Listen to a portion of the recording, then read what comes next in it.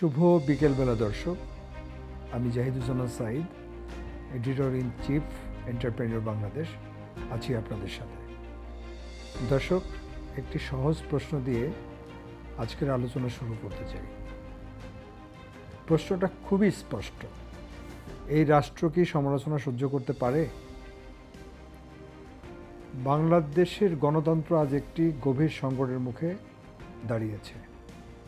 সম্প্রতি the daily স্টারের সম্পাদক মাহফুজ আনাম বলেছেন, বাংলাদেশের কোনো সরকারই সমালোচনামূলক সাংবাদিকতা সহজভাবে গ্রহণ করতে পারেনি।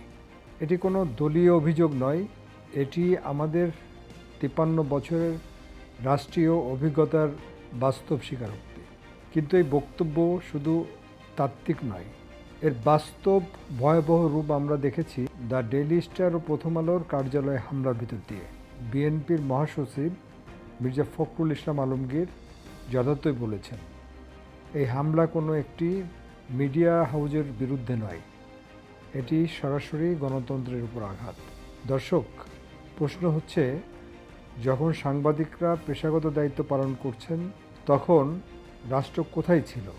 আইন শৃঙ্খলা বাহিনী উপস্থিত থেকেও যদি ব্যবস্থা না নেয় তাহলে সেটি শুধু ব্যর্থতা নয়, এটি একটি ভয়ঙ্কর বার্তা। আরও উদ্বেগজনক বিষয় হলো, হামলাগুলো হঠাৎ কোনো ক্ষোভের বহিঃপ্রকাশ নয়। অনেকেই বলেছেন এগুলো পরিকল্পিত, অর্থাৎ সমালোচনাকে ভয় দেখিয়ে দমন করার একটি প্রবণতা আমরা স্পষ্টভাবে দেখতে পাচ্ছি। সমালোচনামূলক সাংবাদিকতা কোনো সরকারের শত্রু নয়, বরং এটি সুশাসনের সবচেয়ে গুরুত্বপূর্ণ হাতিয়ার। যে সরকার সত্য শুনতে চায় না, সে সরকার ভুল সিদ্ধান্ত নিতে বাধ্য। নতুন বাংলাদেশ যদি সত্যিই গড়তে চাই তাহলে প্রথম শর্ত একটাই, সমালোচনার নিরাপত্তা নিশ্চিত করতে হবে। আজ যদি সংবাদ মাধ্যম নিরাপদ না থাকে তাহলে আগামীকাল কোনো নাগরিকই নিরাপদ থাকবে না। এই সত্যটা এখনই রাষ্ট্রকে বুঝতে হবে।